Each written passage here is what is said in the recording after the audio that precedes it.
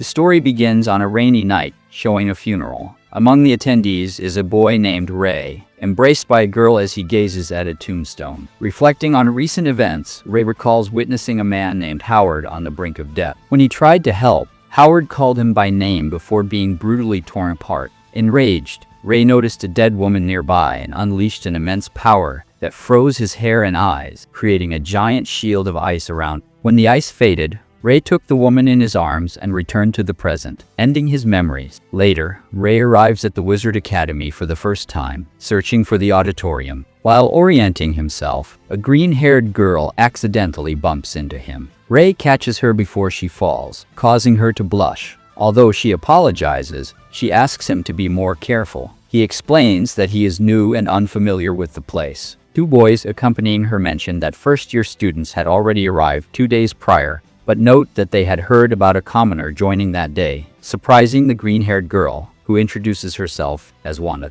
A group of boys appears, and one of them, named Albert, addresses Ray contemptuously, slapping his hand away when Ray tries to greet him. Albert declares that only nobles and descendants of wizards have the right to be at the academy. Although Ray tries to explain that he just wants to learn, Albert, enraged, attempts to strike him, but Ray effortlessly dodges the attack. The fight is interrupted by a girl named Rose, who, as a member of a powerful wizard family, orders Albert to stop. Albert leaves angrily, but warns that he will never accept a commoner. Rose, who later asks Ray to call her Amelia, expresses her admiration for him as the first commoner admitted to the academy, which she sees as proof of extraordinary talent. She offers her help if he ever needs it. Later, during the welcome ceremony, the academy's director, Amy Garn, reminds everyone that they are at the world's most prestigious academy and that, despite their talent, they will need to work hard to become exceptional wizards. Amelia is introduced as the representative of the new students and encourages her peers to work hard to master magic. Ray is introduced to the class, aware that he is the first commoner accepted at the academy, but determined to do his best. The teacher, having responded to Rose,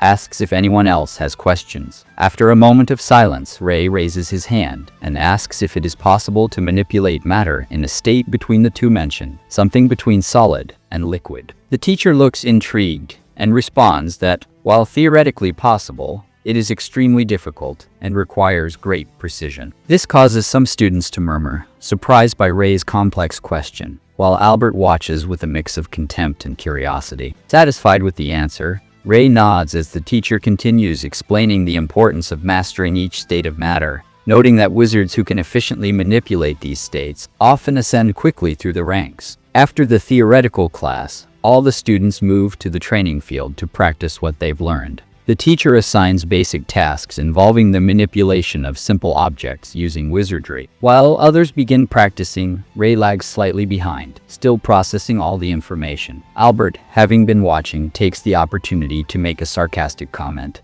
essentially muttering that everything must be hard for a simple comment. Instead of responding, Ray focuses on his task and successfully creates a small solid object out of thin air, surprising some nearby students. Although the spell is not particularly advanced, Rose smiles upon seeing Ray's success and comments that, for someone without magical lineage, he is doing an impressive job. Albert, on the other hand, leaves the area, frustrated that his remarks did not affect Ray. The tension between the two seems to grow as the day progresses. Finally, the class ends, and the teacher assigns tasks for the next training session, urging the students to practice in their dorms if needed. The teacher, Gray, approaches Ray and gives him some advice, essentially telling him not to be intimidated by others, and that true magic resides in dedication and effort, not lineage. Feeling slightly more motivated, Ray cannot help but recall the terrible vision of the city in flames. He wonders if this vision is related to his power, or just a fleeting illusion. After Rose's question,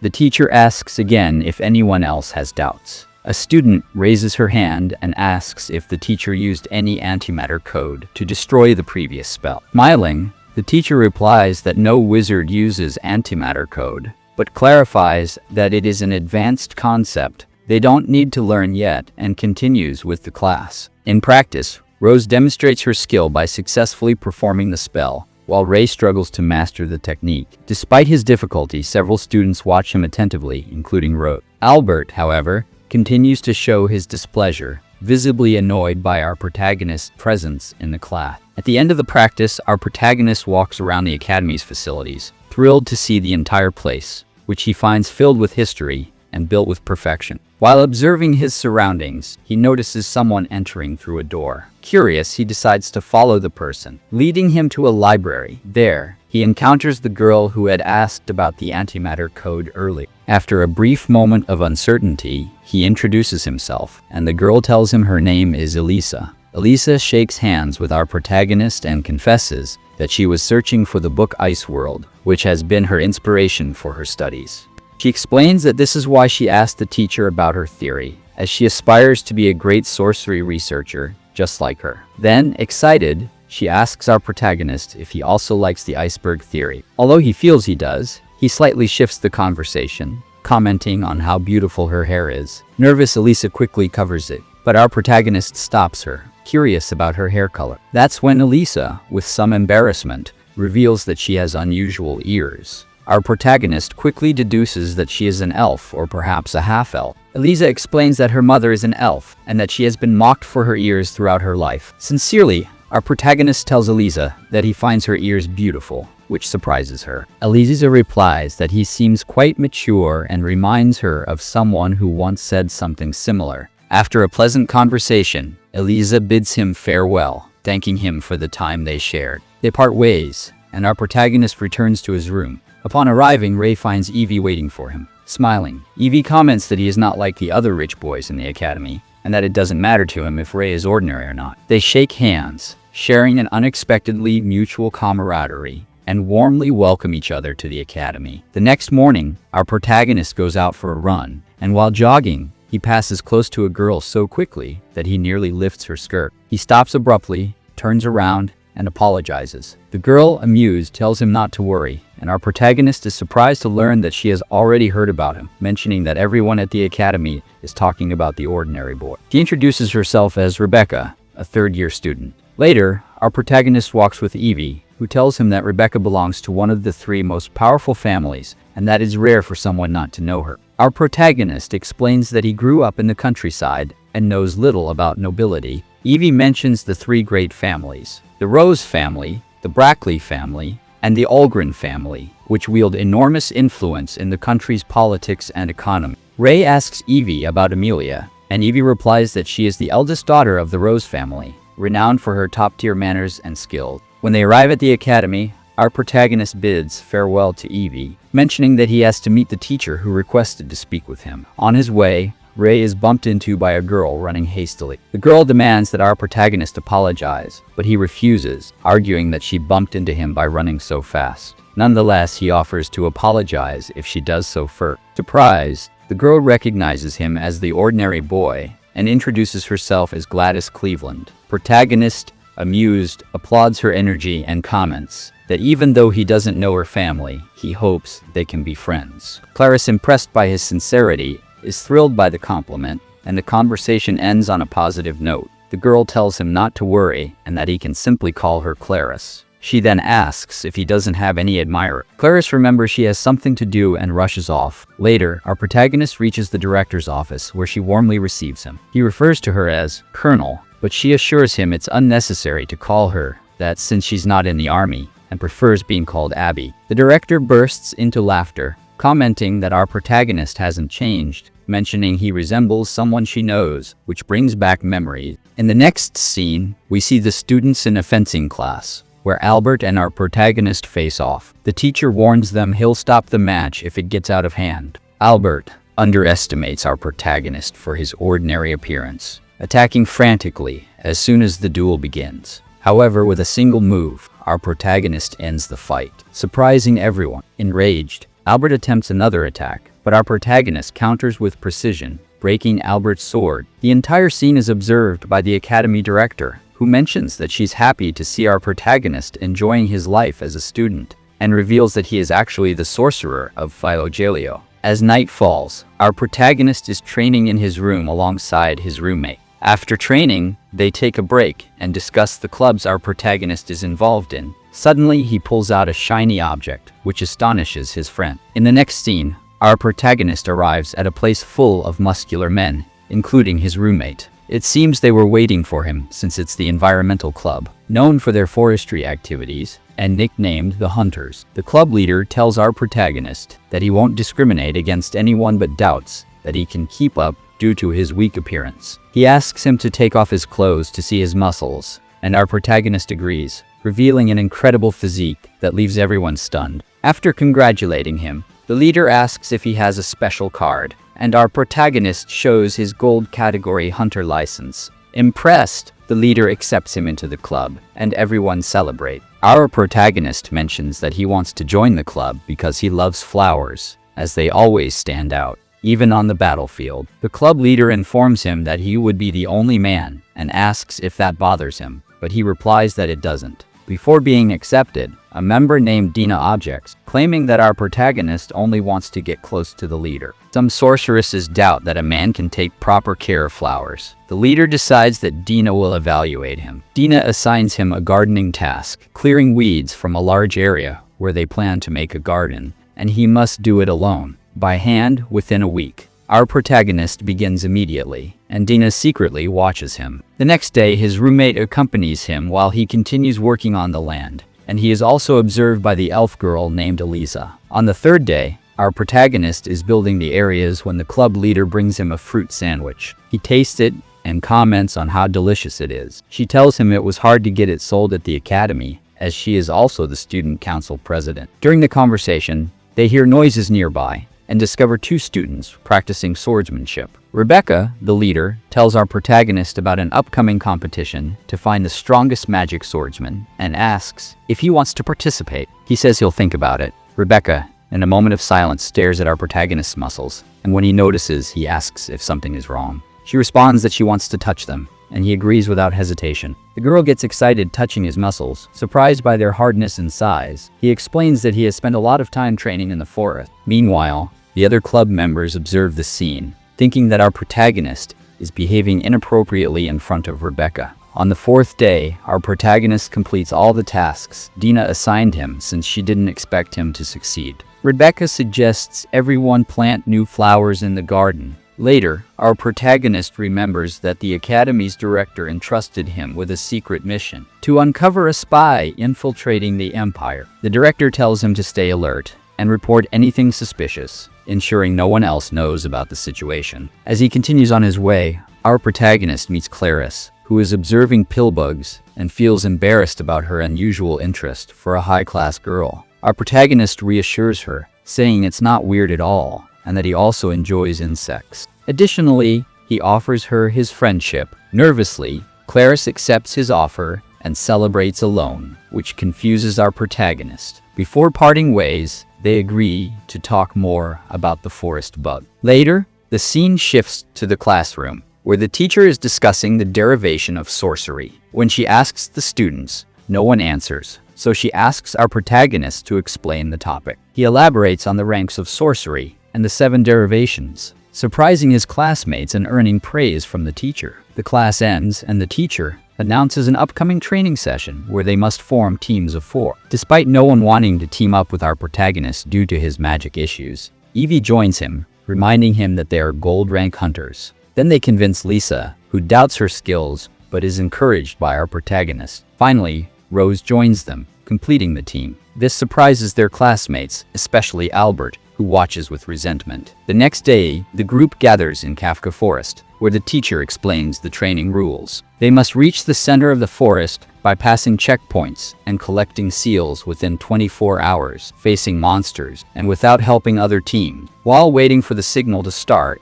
Evi asks our protagonist why he isn't nervous, and he explains that he grew up in an area surrounded by forests and mountains, so instead of feeling nervous, he feels nostalgic. Rose interrupts to suggest organizing a formation before starting. She suggests our protagonist take the vanguard while she stays in the center. However, he prefers to handle the fights as he is trained to face monsters in the forest. Finally, Rose agrees, and they prepare for the trial. The teacher gives the signal to start, and the group ventures into the forest. During their progress, Lisa makes a mistake, leading them to encounter a monster. While the others prepare to fight, our protagonist slices it in two with a single blow. leaving Evi and Rose completely astonished. They then reach the first checkpoint and find the first seal. While other teams also try to locate it, as night falls, the group sets up camp, and Rose highlights the great progress they've made, suggesting they might be the first to arrive. They discuss our protagonist's performance. Evi mentions that he is a gold-level hunter,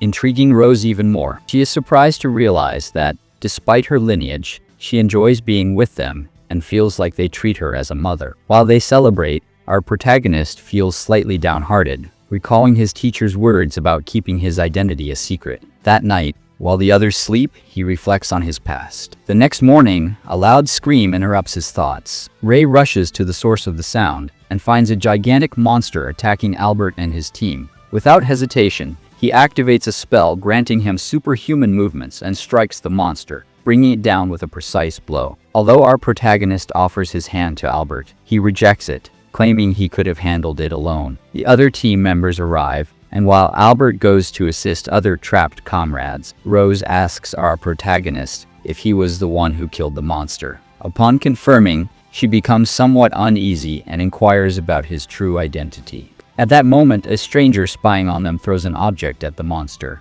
reviving it and transforming it into an even more terrifying creature. Meanwhile, Albert's companions, terrified, hear the noise of the monster and run toward the scene. Suspecting something strange is happening, our protagonist attempts to activate a power that allows him to change his eye color to blue. However, the fight is interrupted by flames Rose summons, with Evi and Elisa also joining the battle. Together, they manage to defeat the monster, but Elisa cries in fear after the ordeal. Seeing his friends celebrate, our protagonist nostalgically remembers people from his past life, wondering if he truly deserves this new path. While Albert helps free his comrades, one of them comments that maybe our protagonist isn't so bad after all. Albert, however, remains silent. At that moment, the mysterious figure spying on them decides to leave after witnessing the group's battle against the monster. After this, our protagonist's team finds another checkpoint where Rose places the seal to report their progress. Elisa, feeling guilty, apologizes for being a burden, but our protagonist reassures her not to worry, acknowledging the forest's many dangers for those unfamiliar with it. Meanwhile, Rose climbs onto our protagonist's back, commenting that he and Evi have been training hard, which explains their ability to face the monster. In a slightly suspicious scene, Rose strokes Lisa's leg, eliciting reactions from the group. Finally, all the teams reach the finish line, and a man announces our protagonist's group as the winners, causing murmurs of discontent among others, who argue the victory is due to Rose's efforts rather than our protagonist, whom they see as just an ordinary boy. Meanwhile, Ray's group notices no one seems happy about their victory. However, Abby encourages our protagonist not to be discouraged, as they are the winners, though he knows his presence has influenced the perception of the triumph. In another scene, we see Lydia, a woman in a wheelchair, anxiously awaiting someone. Her assistant tells her she still needs to wait, but the calm is soon interrupted when it's announced that her visitor, our protagonist, has arrived after a long absence. When they finally meet, Lydia is excited and apologizes for not being used to seeing him from a different perspective. While sharing a meal, Lydia asks how he's been, and Ray replies that everything has gone well, though he feels something is still missing. She mentions that something will arrive in about 5 years, suggesting she refers to his true power. Lydia also recalls gifting him the Ice Sorcerer's robe, but they quickly change the topic. Lydia addresses the real reason for their meeting. She has heard unsettling rumors among researchers. Although our protagonist tries to downplay it, Lydia clarifies it's not mere gossip and warns him to be cautious of engram. As she explains her focus on magic research, mentioning how the brain's frontal lobe processes all information and converts thoughts into magic, our protagonist listens intently. Lydia details her interest in double coding and how she's included brain research in her studies. She mentions engram as the brain part storing information about magic, expressing her desire to uncover truths about it. However, her tone turns somber when revealing the problem with a group called the eugenics, who dissect sorcerers to study their organs, a practice deemed unacceptable. Finally, she shows our protagonist a letter from the eugenics regarding their research, which she vehemently rejects. As the conversation progresses, our protagonist becomes intrigued and concerned about what these eugenics might mean for the future of magic and sorcerers. While walking, Lydia reminisces about her training moments and asks our protagonist if he's made new friends. He mentions Amelia, Rose, Evi, and Elisa, and Lydia invites him to bring them next time. Upon reaching the tree, Lydia proposes our protagonist participate in the Magic Night trials, but he prefers not to. She hands him a condensed book for students that might be helpful in the future. Later, Ray meets Elisa, who seems to harbor notable feelings for him. Ray invites her to the library, where they share a moment. Elisa talks about a book she's interested in, while he admits reading romance novels to better understand emotion. When they leave, Clarice is spying on them. She feels sad seeing our protagonist with another girl, but eventually joins them for dinner. During the meal, our protagonist introduces Elisa and Elisa's son, with Clarice highlighting their qualities. Elisa feels overwhelmed and sad, while Clarice becomes nervous. The dinner proceeds in a pleasant atmosphere, discussing simple things like the weather. In the end, the girls say goodbye to our protagonist, who watches them leave. As he turns around, he encounters a beautiful girl descending from a carriage. Rose meets our protagonist and tells him that, despite meeting with her family, she finds her job quite exhausting. She also mentions the upcoming Magical Night competition, revealing that her family is working harder for it. Our protagonist seizes the opportunity to compliment Rose's elegance and beauty, which makes her blush quite a bit. However, she quickly recovers and asks about his day. Upon learning that he went out to eat with Elisa, Rose becomes somewhat jealous and suggests going on a date. With no other choice, our protagonist agreed. Shortly after, they accompany Rose to buy a dress. When she tries on a beautiful one, Ray is quite impressed, saying that her beauty makes his heart race. Rose, trying on more outfits, asks if our protagonist enjoys spending time with other girls. He responds, surprised, that he never thought about it, but probably because he grew up surrounded by women. Just then a spider appears, scaring Rose, who without thinking, runs out of the fitting room and hugs our protagonist before feeling embarrassed and quickly returning to the dressing room. There, she reflects on how maybe, with our protagonist, she could stop pretending to be someone she's not. Later, at the academy, our protagonist meets with his teacher, who asks about his experience with the student. He says he's felt quite comfortable, surprising the teacher, who confesses that he is the first ordinary student in the academy and regrets that the other students dropped out, feeling guilty for her coldness. Despite her selfishness, she asks our protagonist to come to her if he needs help, to which he thanks her and says he has made good friends. That night, in the forest where the trials took place, Albert trains his powers while fueling his anger to surpass Ray, while a hooded accomplice watches. In another scene, our protagonist enters with a group of hunters, but declines an invitation from a friend to go shopping, as he has plans with the girls from the gardening club, where he has earned their trust. However, upon entering the room, he finds Rebecca in her underwear, prompting him to quickly leave, apologizing for it. Later, our protagonist and Rebecca meet to talk. Although she is still embarrassed, after he explains that it was a misunderstanding, she clarifies that she was changing after gym class and asks him to forget what happened. They head to the club's library, where our protagonist notices a worn-out book documenting research events from the gardening club. Rebecca tells him that she has recorded discoveries about flowers related to magic, especially carnivorous ones. While talking, our protagonist perceives a change in Rebecca's attitude, who reveals she is excited to teach new club members. He asks to borrow the book to study more about plants, and she agrees without hesitation, continuing their conversation in a much calmer environment. On another topic, Rebecca asks our protagonist about his participation in a committee organized by the Magical Knights. He mentions that he plans to invite Amelia and Rose, the favorite among the newcomers, and also the daughter of the Rose family. When asking about the Algren family, Rebecca explains that she prefers attending the Dion Academy due to family tradition, and mentions an older daughter who could be a rival to Amelia. In fencing classes, Rose challenges our protagonist to a duel after defeating a classmate. The teacher hesitates, but she insists. When the match begins, Rose attacks swiftly, surprising our protagonist, who realizes she is quite agile, but not very strong. When Rose explains her interest in his swordsmanship, he proposes a no-limits duel. They fight intensely, but our protagonist loses control when recalling a past episode. Just before attacking Rose, he falls to his knees and drops his sword, thus causing his defeat. Rose wonders who he really is, but he doesn't answer, leaving her intrigued. After the duel, our protagonist's friends discuss the training, and Ivy asks who taught him to use the sword.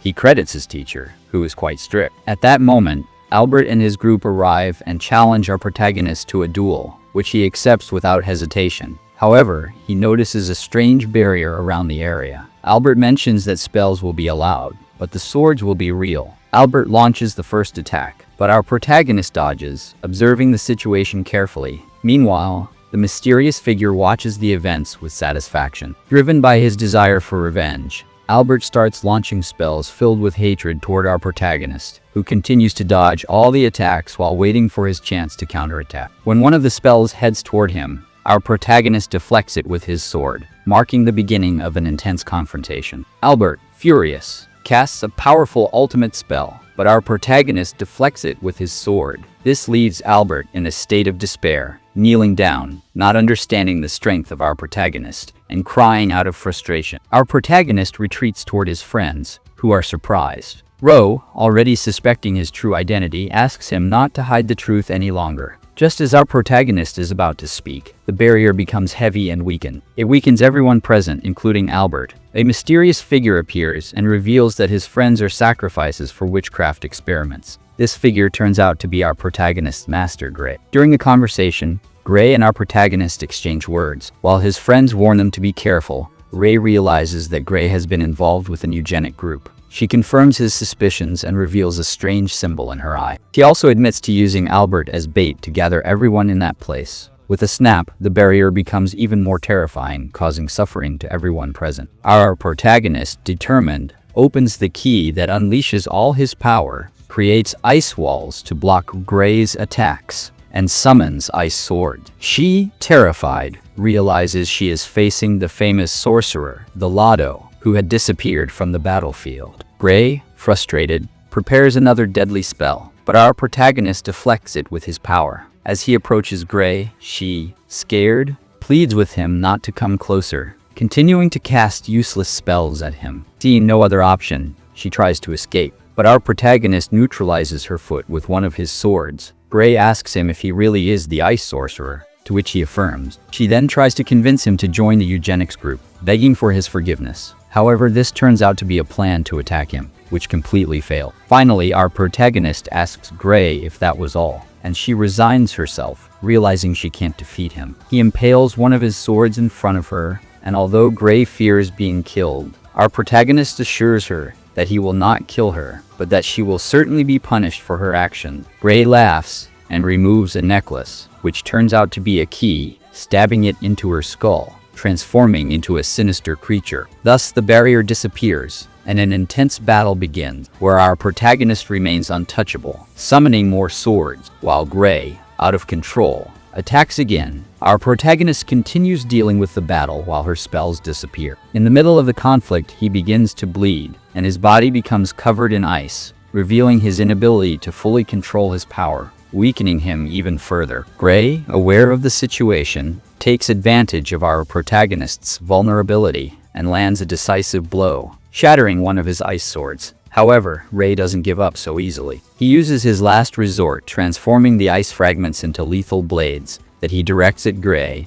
severely wounding her and trapping her in an ice prison known as the Ice Flower Prison. In an attempt to protect his body, he seals the key of his power back into his soul, but succumbs to exhaustion and faints, feeling completely satisfied for having defended his friends. When he opens his eyes, our protagonist remembers a fragment of his childhood when he was rescued by Lydia, his current master. Lydia took him to her camp, where he was received by two women who questioned his arrival, provoking Lydia's anger. Despite the rest of the group refusing to take the child, arguing that he came from a village not under government control, Lydia opposed them, claiming that the child was a war survivor. One of her companions mentions that the village is considered cursed due to the rituals performed to contact the gods, which Lydia finds quite ridiculous. When the companion informs Lydia that the child has awoken, she rushes to see him. She asks him his name, and after a moment of silence, he finally responds, filling her with emotion. Later, Rosa, Lydia's companion, tries to befriend Ray by reading him books, which surprises Lydia, who is happy with her progress. However, the next day,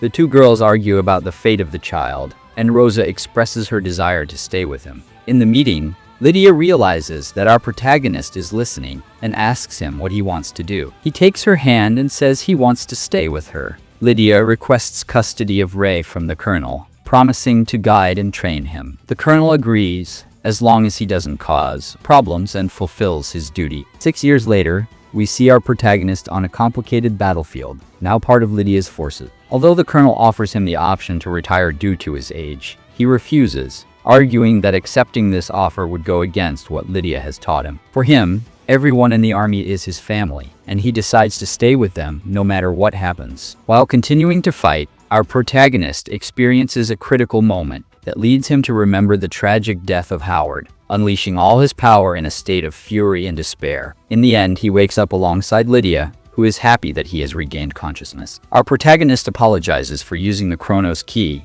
but Lydia reassures him, suggesting that he should stop using it soon. Asking about his friends, Ray learns that despite the energy loss, they are in the process of recovery. Lydia leaves, asking our protagonist to visit her when he can, while Abby, another companion, stays to explain that at first, she disagreed with his entry into the academy, fearing he would be discriminated against for being an ordinary boy. Our protagonist reflects on Lydia's decision to advocate for his admission to the academy. Although Abby was reluctant, Lydia had pleaded with her, assuring that our protagonist possessed an extraordinary power, even greater than she could imagine. However, her concern lay in the fact that Ray had grown up in a hostile environment, filled with death and destruction. Her wish was for him to live in a different world, one where he could experience what a boy his age should enjoy, forming friendships and finding his own happiness. Moved by Abby's words, our protagonist is surprised, and she encourages him to live surrounded by friends and kind-hearted people, just as his teacher desires. After this, Abby leaves. Soon after, our protagonist meets his companions, who are concerned about his condition. He assures them that he is fine and apologizes for having kept his secret from them. He finally reveals that he is one of the great sorcerers, known as the Great Sorcerer Gelido. He explains that he obtained his power through an overheating he suffered in battle, a phenomenon that results in a loss of control of the engram. Although he doesn't understand everything about this process, he now uses a method to control the overheating, which has limited his magical abilities, as the key locks away almost all of his power. Our protagonist begins to question whether he really deserves to have friends, given his bloody past. However, Rose takes his hand and encourages him. Then Evi and the others join in to help him. They tell him they want to be his friends and that he should leave the past behind, focusing on the present. Moved by their words, our protagonist thanks them sincerely, closing this scene with a renewed sense of hope. Later that night, Albert enters the room where our protagonist is resting. Visibly embarrassed, he apologizes for the unforgivable mistakes he made. Ray accepts the apology without resentment, and after a brief conversation, tells Albert that, in fact, he needs to apologize to himself. He assures him that it's never too late to start over, which motivates Albert to see new horizons and trust in himself. Grateful for the advice, Albert bids farewell. The next day, the Academy director informs that Gray has been withdrawn for personal reasons and introduces the new teacher, Caroline, who was Lydia's army comrade and seems interested in our protagonist. This leaves the students, especially Ray, bewildered. In the first class with Caroline, she mentions the upcoming sorcery tournament, explaining the selection process in which 16 participants will be chosen from various academies, each specializing in different areas, such as our protagonist's sorcery and hand-to-hand combat. During the class, Caroline casts glances at our protagonist to catch his attention, which starts to overwhelm him. Without hesitation, he rushes to Abby's office to protest the inclusion of Caroline as his tutor. Abby responds that nothing can be done about it, as Caroline is a powerful sorceress and meets the requirements to be his tutor.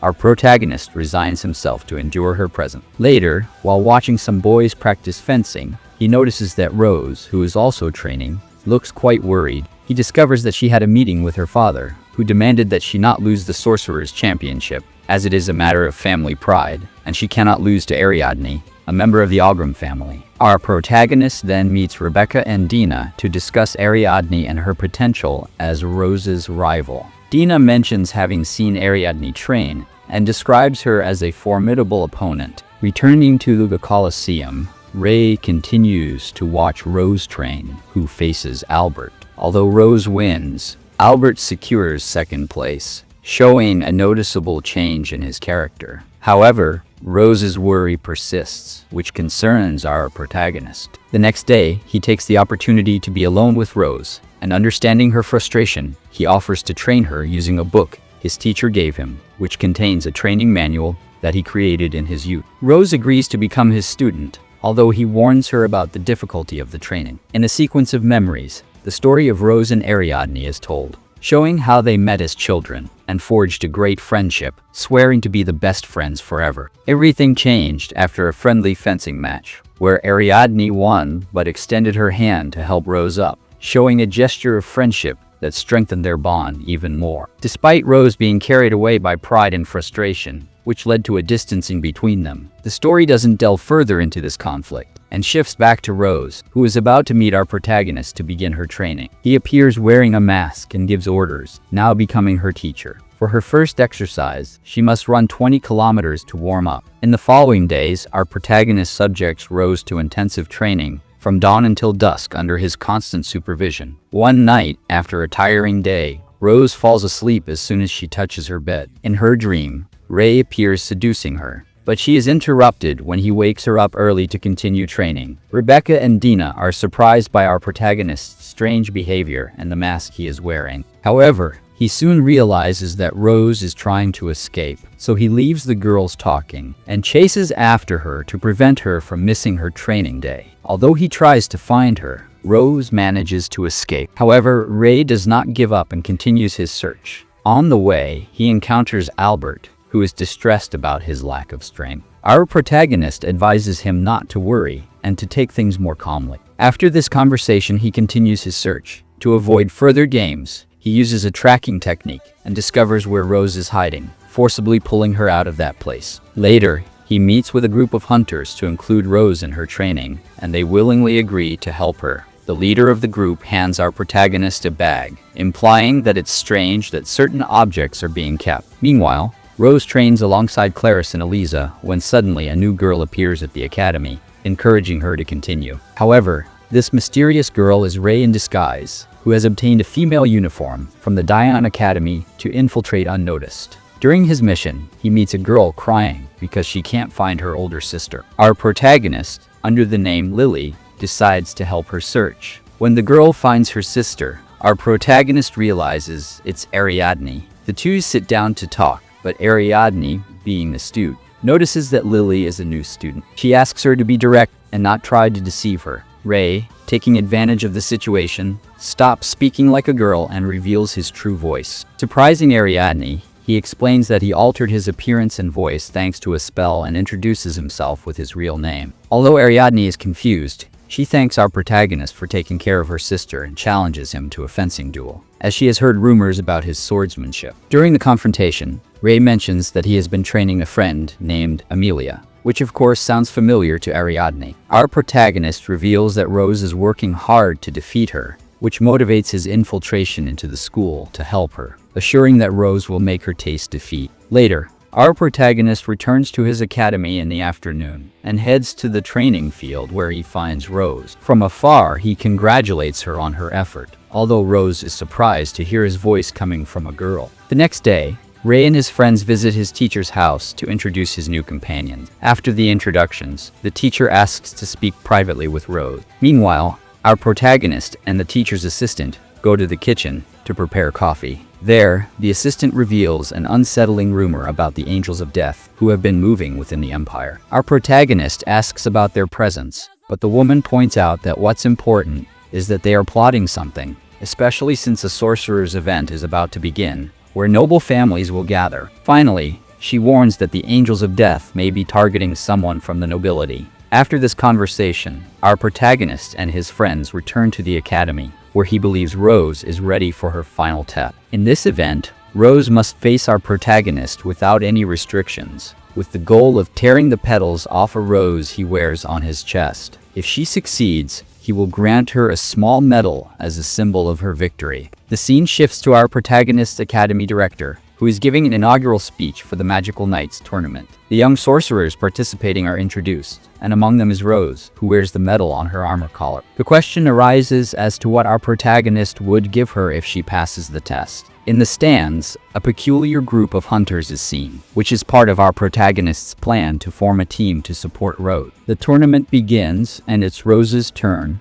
where she faces a boy who seems very skilled with a sword. While her team cheers her on, the director skillfully informs the contestants that she will be the referee for the match, and explains all the rules, emphasizing that the one who leaves the field or loses the rose on their chest will lose. Upon receiving the signal to start, Rose quickly uses a fire spell to incinerate her opponent's rose, securing her victory. While everyone celebrates her win, our protagonist steps aside momentarily to watch Albert, who is preparing for his fight against Ariadne. However, Albert faces a formidable opponent. At one point, he manages to disarm Ariadne, but she quickly responds with a blow that sends him off the field, securing her victory. While the celebrations continue in the stands, something unsettling occurs in the facility. Our protagonist is confronted by an individual who belongs to the Angels of Death. Just as he is about to be attacked, he turns in time to avoid it. While observing the situation, he hears sounds of suffering and notices a strange purple liquid on the ground. He prepares for the worst, but the person approaching turns out to be the president of the Hunters Club. Then we see Abby Carroll and the teacher sitting at a table, waiting for him. Abby tells our protagonist that she has finally discovered him. But first, she needs to talk about the Ali family, known for its influence on the kingdom's intelligence agency. Our protagonist is thanked for taking care of Lexile, the president of the club, and is informed that the Reapers have infiltrated the tournament. Therefore, he will need to take care of any attacks on the daughters of the great families or students, as they are likely to encounter them. Lex is the head of security and can offer help. Meanwhile, the tournament matches continue, and our protagonist is informed that Amelia is experiencing issues, as she feels tired after the previous match, and doesn't want to tell her friends what's happened. Also, the astonishing performance of Lucas Frost is shown, whose match lasts only 2 seconds, leaving everyone shocked. That night, while Siva is training with our prota, he expresses his concern for Amelia and decides to go see her. Outside her room,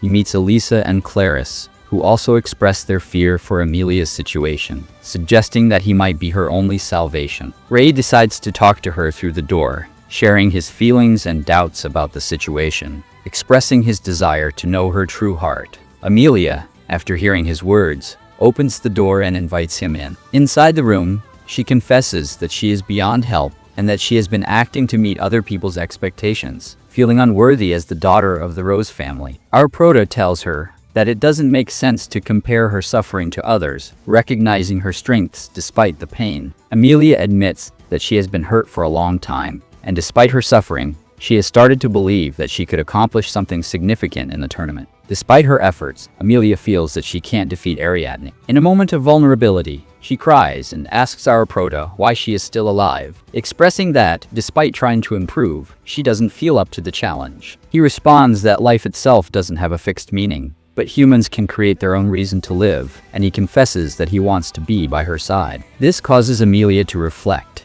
and through her tears, she says that if that is true, she wants him to stay by her side, revealing her true self. Their conversation ends with a hug, and Amelia feels a renewed sense of hope. That night, our prota stays with Amelia until she falls asleep, remembering that she has unlocked a new ability and trusting in her victory. The next day, the final of the novice category begins, with Amelia and Ariadne as the finalists. In the stands, our prota meets up with his friends and thanks one of them for helping Amelia, deciding to give them his rose. Meanwhile, Clarice runs toward the tournament, unaware that someone is following her. Our prota meets Amelia, who is ready for the fight, and she asks for a hug before wishing him luck. Then, Lex informs him that Clarice and 8 other students have disappeared, which sets off alarm. The final battle between Amelia and Ariadne begins. Ariadne, full of confidence, uses a powerful spell, but Amelia cannot activate her abilities and takes several hits. Despite this, Amelia manages to activate her ability, creating a magical explosion that surprises everyone. Meanwhile, our prota finds Clarice and the other missing students in a basement, where he discovers a spell that keeps them isolated from the outside world. He decides to take Clarice to safety and unleashes his power to fight the Segadores that are hunting them. Back at the tournament, Amelia and Ariadne's magic is interrupted by an antimatter field, discovered by Carol. Our prota, in the basement, freezes the Segadores, ensuring his team's victory. Lex, Jaeger, and others suggest that he return to Amelia's mat. In the tournament, both fighters are exhausted, and Ariadne decides to use her strongest spell, the Ogre Scintilla, lighting up the entire battlefield. Amelia, surprised, realizes that she can still become stronger. However, Ariadne strikes her with incredible speed, leaving her vulnerable. Amelia reflects on her situation and refuses to lose to her opponent, and just as it seems she has reached her limit, our prota encourages her to get up, giving her the hope she needed. With renewed determination, Amelia unlocks a new spell and fires a pink butterfly beam, surprising Ariadne and changing the course of the battle. Amelia, using the butterfly effect spell, teleports Ariadne around the battlefield, evading her attacks. Carol comments that this spell is a very rare form of magic, manipulating chance itself, preventing Ariadne from landing a blow on Amelia. However, the spell starts to drain Amelia's body, causing her nose to bleed. Despite her exhaustion, she refuses to give up. Ariadne takes advantage of the moment and launches a powerful attack, hitting Amelia in the face. However, Amelia responds with a devastating blow, breaking a piece of Ariadne's armor. The battle continues, and both fighters are visibly exhausted. They decide to make one final move to determine the winner. In that moment, Ariadne's flower is completely destroyed, symbolizing her defeat. Shortly after, Ariadne approaches Amelia, who is tearful as she reflects on the importance of her friend. Confused, Ariadne asks why she is crying, and Amelia replies that her victory is thanks to her friends, who motivated and supported her throughout the fight. Finally, both of them accept that they have grown together, crying with joy and reconciling. The fight ends with Amelia as the rookie champion. The audience celebrates her victory, and Amelia's father claps with pride. Thus, the rookie tournament concludes, showcasing a meeting between the parents of Amelia and Ariadne, who congratulate each other on their daughter's success. Later, we find Amelia in the recovery room with our prota. She realizes how quickly time has passed. Despite the difficult moments, she remembers what our prota told her, which makes her quite nervous. To divert the conversation, she asks if he knows her power yet. He responds that not in great detail, as he only saw it during their training. Our prota mentions that he can see her talent, but Amelia interrupts, insisting that it is the result of her own effort. He nods affirmatively, explaining that original spells are obtained without force or goals, demonstrating that she has worked hard for a long time. After this conversation, our prota sincerely congratulates her, while reflecting on their experiences. Amelia realizes that if it hadn't been for him, she would probably have remained trapped in the cage of nobility, limiting herself and lamenting her situation. The next day, she begins to notice the things around her, like the blue sky, accepting that she is no longer a caged bird. She now decides to live in the vast world alongside her friend. The Magic Knights tournament reaches its end, and Rebecca is the favorite to become champion. She faces Lucas Frost in the final, while our prota watches and realizes that Rebecca uses a peculiar spell that allows her to see a few seconds into the future. When Frost launches his first attack, he uses a secret technique that covers the entire battlefield with a dark blanket. With a single blow, Frost destroys Rebecca's rose, leaving the audience stunned. The place falls into complete silence before Frost thanks everyone, causing a massive uproar of surprise. This establishes him as the champion of the category. After the fight, Frodo encounters our prota, who asks if he is the Ice Wizard. Our prota responds that he didn't know the title of Wizard of the Leaf had changed hands. Frodo, surprised, admits that he would have quickly figured it out upon seeing his secret technique. Our prota faces Frodo, who questions the purpose of fighting in a student tournament. As the Wizard of the Leaf, Frodo reveals his desire to prove that he is the strongest wizard. However, before they can face each other, Frodo reminds him that he must overcome his overheating first. This statement confirms that Frodo is also one of the 7 great wizards. With a warning about the need to correct his state before the next competition, Frodo leaves, giving our prota a year to prepare. Moments later, we find Carol, who feels a bit down about the end of the tournament. However, she is not alone, as she is accompanied by Lydia and Abby. Soon, they encounter a group of Segadors who had attacked our prota days earlier. Abby asks Carol to take care of them, prompting her to use a magic spell called Pai de las Maravillas, which allows her to take control of her enemies' bodies. However, before they can interrogate the group, the Segadors scream in pain, and their heads explode, making it clear that the Empire is not going to easily reveal its information. The next day, during the closing ceremony of the tournament, all of the participants are applauded and congratulated. Adi Garnett, the president of the organization, gives a speech thanking everyone for their high level of combat and the audience for their support, officially closing the tournament. Later, at school, our prota organizes a cultural festival and proposes that his class create a maid cafe. Although his group is reluctant, our prota and Amelia discuss the importance of passing all classes and clubs to participate. Amelia gives him a list detailing her idea for the cafe and seeks his help in convincing the group. Since most are aristocrats, she argues that maids are loyal and their uniforms are beautiful. While our prota believes they should be recognized for their mere existence, Carol shows the group the maid uniforms, impressing everyone. Thanks to this presentation, they manage to convince the group during the vote. However, Sarah arrives with the news that Rebecca is engaged, leaving everyone confused. Despite this, our prota feels convinced by the proposal and gets to work. Next, there is a flashback showing Rebecca's father signing documents for her arranged marriage. The man assures that there will be no issues and that his daughter will be safe with her future husband. In a dark scene, a man is murdered by someone called the Glutton, who seems to absorb the magic from his victim. This character, accompanied by a mysterious companion who can control the dead, mentions the need for a vessel to elevate their power, referring to Rebecca, and confirms that their revenge is about to begin. The next day, our prota visits Rebecca, who asks if he has heard about her engagement. He responds affirmatively and congratulates her, while she assures him that she will continue attending the academy until graduation. Though our prota feels that the academy wouldn't be the same without her, he notices a concern in her gaze, but decides not to worry about it for now. Later, Amelia and Elisa work on the outfits for the maid cafe. Amelia asked Elisa to make the dresses, although she warns that it will take a lot of time. Elisa agrees, but only if they get additional help. Amelia also asks if he will participate in the theme and offers to try on one of the dresses. Elisa feels nervous about the possibility that the outfits might be too revealing, but Amelia insists they will look adorable. Finally,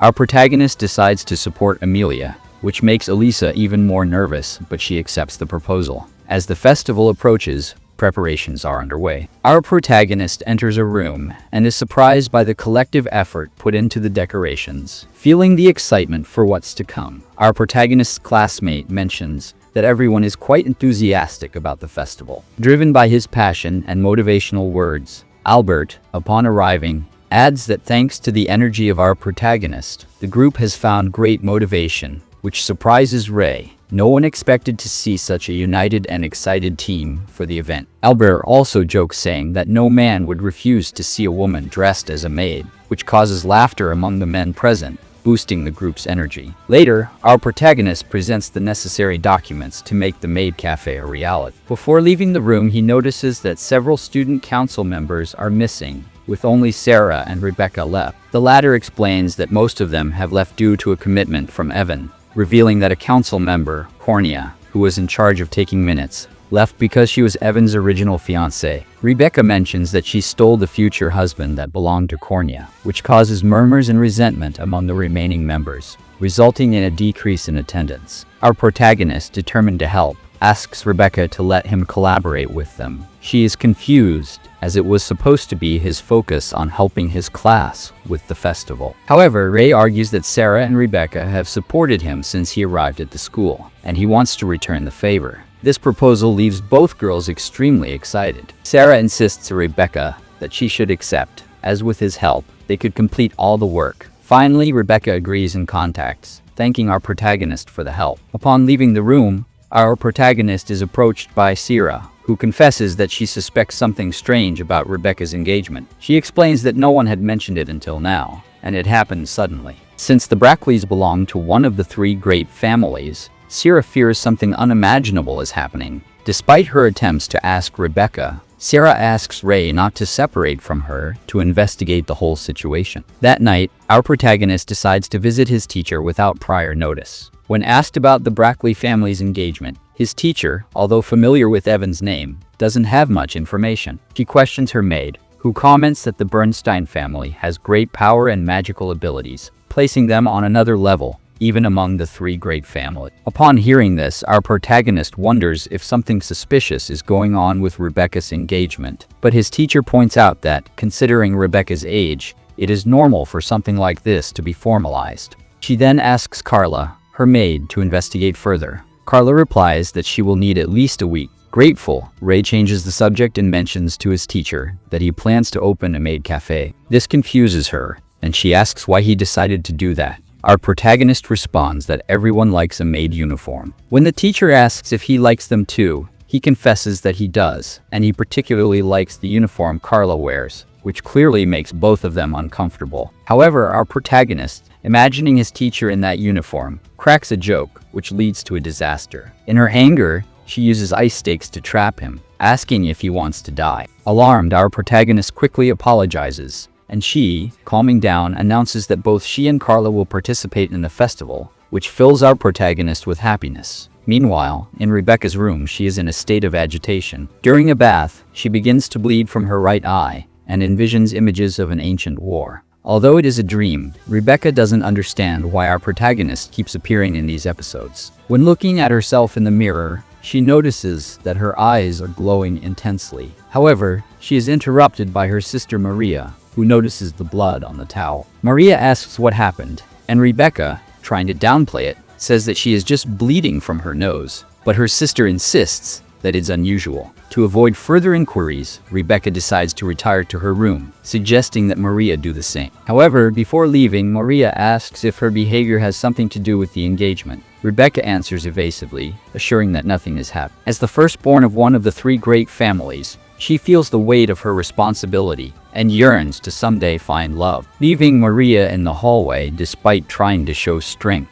When she reaches her room, she can't hold back her tears, feeling helpless in her situation. This shows us Maria's past, where she faced discrimination due to her pale skin and white hair, recalling moments when she was very close to Rebecca, asking her if she really was strange, to which her sister replied that she was beautiful because of her uniqueness. Maria, however, struggles with her self-esteem, wondering why she can't be more like Rebecca. As this is narrated, we reach her adolescence, where a significant scene unfolds. Maria gets her ears pierced, which displeases her mother. She scolds her, saying that as a member of the family, she should be more like Rebecca, who has always been the example to follow. Maria, angry, makes it clear that she can't stand being shaped into the image of her sister. After this, it is revealed that she has been dealing with her insecurities, feeling inferior and constantly wondering why she can't be as refined and attractive as her sister. We fast forward to the moment Maria learns about Rebecca's engagement. Although she is concerned about her sister's sadness, Rebecca brushes her off, claiming that it's none of her business. This response makes Maria furious, and she screams that if the engagement were normal, Rebecca wouldn't be so downcast. Once again, Rebecca leaves her alone,